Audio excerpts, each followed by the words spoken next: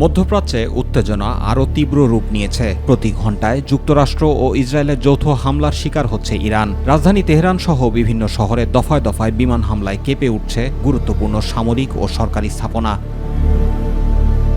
ইরানের মেহরাবাদ আন্তর্জাতিক বিমানবন্দরেও চালানো হয়েছে ভয়াবহ হামলা। এছাড়া সর্বোচ্চ নেতার কার্যালয়ের deputy chief of staff Ali Asghar হেজাজিকে লক্ষ্য করে চালানো হামলায় তিনি নিহত হয়েছেন বলে দাবি করেছে কয়েকটি ইসরায়েলি গণমাধ্যম। ইরানের কোম শহরে যৌথ হামলায় নিহত হয়েছেন অন্তত 2 জন। নাতানজ শহরের কাছেও একাধিক বিস্ফোরণের খবর পাওয়া গেছে।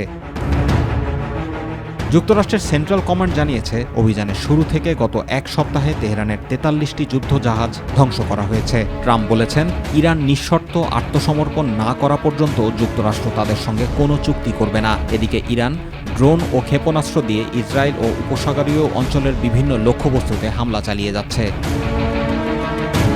তবে পাল্টা জবাব দিচ্ছে ইরানও। সংযুক্ত আরব আমিরাত ও জর্ডানে থার্ড রাডার ধ্বংসের দাবি করেছে তেহরান। কাতারেও যুক্তরাষ্ট্রের একটি রাডার স্থাপনা ধ্বংসের কথা জানিয়েছে তারা। ইরানের বিপ্লবী গার্ড জানিয়েছে, অপারেশন ট্রু প্রমিজের 23তম দফায় তেল আবিব, বেন গুরিয়ন বিমানবন্দর ও হাইফার সামরিক স্থাপনাকে লক্ষ্য করে হামলা চালানো হয়েছে।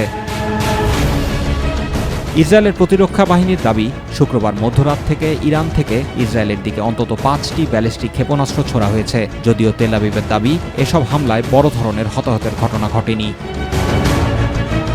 এদিকে উত্তেজনার মধ্যেই ইসরায়েলের কাছে জরুরি অস্ত্র বিক্রির অনুমোদন দিয়েছে যুক্তরাষ্ট্র। $15 কোটি বেশি মূল্যের সমরাস্ত্র সরবরাহ করবে ওয়াশিংটন। বিশ্লেষকদের আশঙ্কা, চলমান এ সংঘাত মধ্যপ্রাচ্যে আরও বড় আকার নিতে পারে।